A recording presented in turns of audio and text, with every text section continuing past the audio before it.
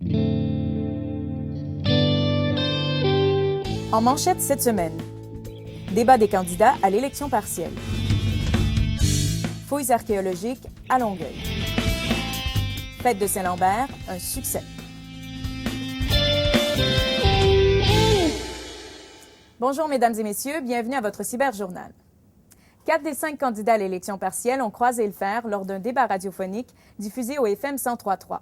Voici le résumé des échanges avec Lise Millette.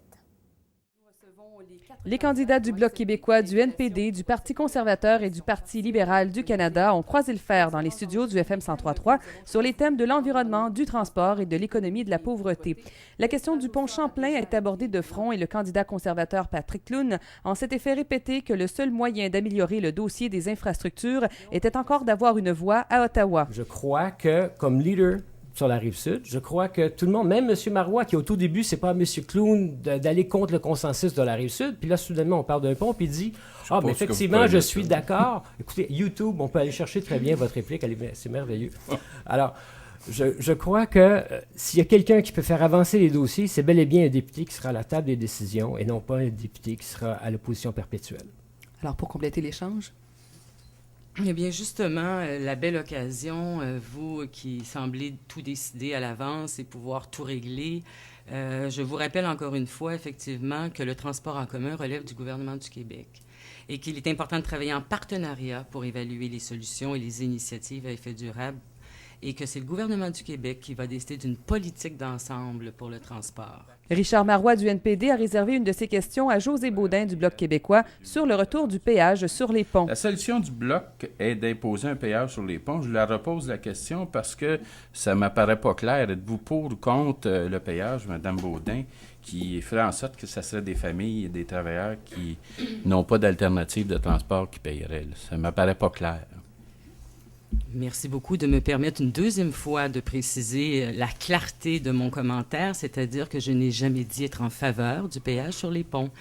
Maintenant, il y a le ministre Cannon, par contre, qui a annoncé il n'y a pas très longtemps, avec la construction de son nouveau pont, que lui ne mettait pas de côté cette alternative. En termes de transport, là, je pense qu'il faut s'asseoir et trouver des solutions rapidement pour diminuer nos émissions de gaz à effet de serre. La candidate libérale Roxane Stanners a quant à elle défendu son plan vert et a affirmé que son parti tiendra compte des besoins des contribuables. Et je vais justement, en réponse à Mme Baudin, indiquer clairement que le supplément de revenus, nous voulons l'augmenter de 600 à 850 $ à travers le tournant vert et notre lutte contre la pauvreté. Vous, les conservateurs qui n'avez rien fait depuis 2 ans et demi, qu'allez-vous faire maintenant? Monsieur Clune. Bon, j'adore toujours entendre les libéraux qui, lorsqu'ils sont en opposition, sont extrêmement à gauche, puis ils parlent énormément de pauvreté. Puis quand ils sont au pouvoir, M. Chrétien, M. Bartin et M. Trudeau avant lui ont absolument rien fait. Je trouve ça tout à fait incroyable. Ce que nous, on a fait depuis qu'on est au pouvoir, je pense que c'est assez important, on a réduit le fardeau fiscal des contribuables de 200 milliards de dollars depuis qu'on est au pouvoir. On a réduit la TPS de 7 à 6 à 5 %. Les 4 candidats semblaient satisfaits des échanges, mais visiblement, tout n'a pas encore été dit. Oui, content du débat. Écoutez, c'est une première. Ça met en contexte un peu les points de vue des candidats, mais satisfaite. On voit que c'est toujours la même chose. Malheureusement, M. Clune parle de construire un pont, mais est toujours en train de détruire les ponts avec... mon Dieu, soit les femmes, les artistes, notre diplomatie internationale. Je suis content, j'ai pu, entre autres en culture, j'avais une liste de réalisations concrètes qu'on donne. Les manchettes sont toutes contre nous, mais il faut aller fouiller, il faut aller au loin. Et c'est 4 milliards qu'on donne en culture. J'ai énoncé toute une série de chiffres de contributions. 660 millions de plus que ce que les libéraux faisaient en 2005-2006. Et on parle encore de transport et d'environnement, et moi, ça fait des années que j'en parle. Alors, aujourd'hui même, la Chambre de commerce de Montréal a annoncé qu'il était nécessaire d'avoir du transport en commun rapidement, pas dans 15 ans. C'était un reportage de Lise Millette à Longueuil.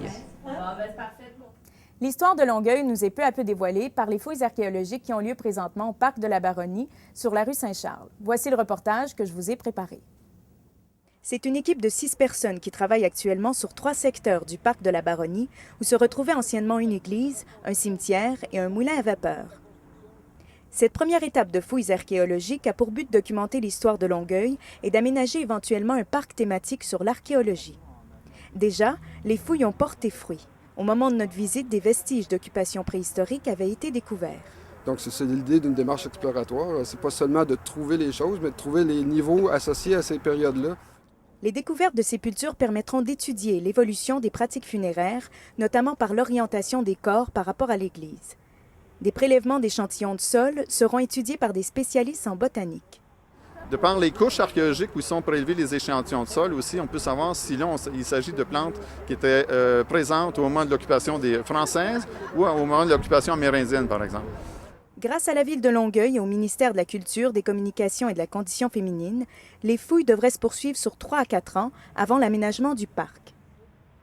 Le mois national d'archéologie compte encore quelques jours et les novices et les passionnés de l'histoire pourront profiter d'une dernière visite gratuite au parc de la Baronnie dimanche prochain à 13h pour découvrir l'histoire, l'archéologie et le lieu de fondation de Longueuil. C'était Alicia Limburner pour Média Sud. La ville de Saint-Lambert avait le cœur à la fête et le centre-ville a été littéralement envahi par les festivaliers. Voici le reportage de Lise Millette.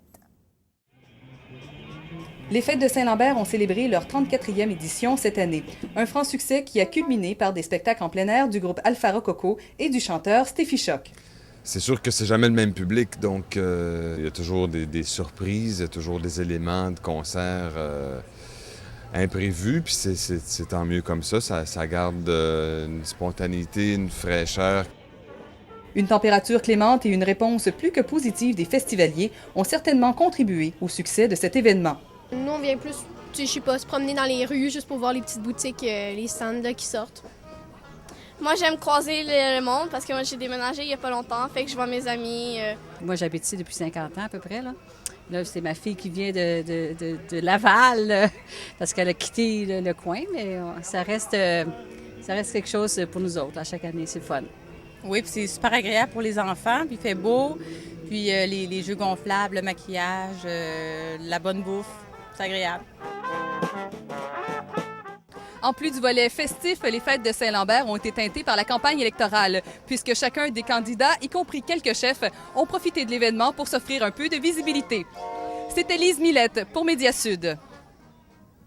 C'était votre cyberjournal avec Alicia Limburner de la Bibliothèque Georges d'Or. À la semaine prochaine.